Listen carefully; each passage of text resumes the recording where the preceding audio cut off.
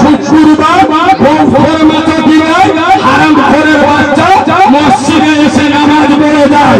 এত বড় ভাই রসুল বলছে এই সব মুনাফিক এরাই হলো 100 কাফেরের থেকে বড় ডেঞ্জারাস। এই যুবক ছেলেরা আল্লাহকে ভয় করো, কোন কুত্তার মায়ের লাল কোন নেতা দেখা করো না, আল্লাহকে ভয় করো, গোটা দুনিয়া তোমাদের থেকে ভয় করবে। ঠিক বললুম না? কাপড় খুলে দেবে,